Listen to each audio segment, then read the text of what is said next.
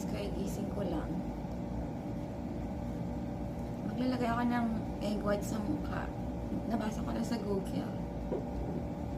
So, ito na, na-prepare na ako ng egg white.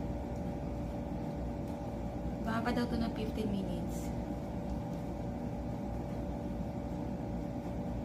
Try ko lang kung effective siya.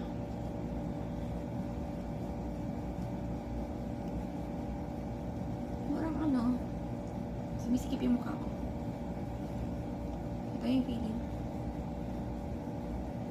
So ngayon is 5 p.m. 5:15. Babanlawan ko na to.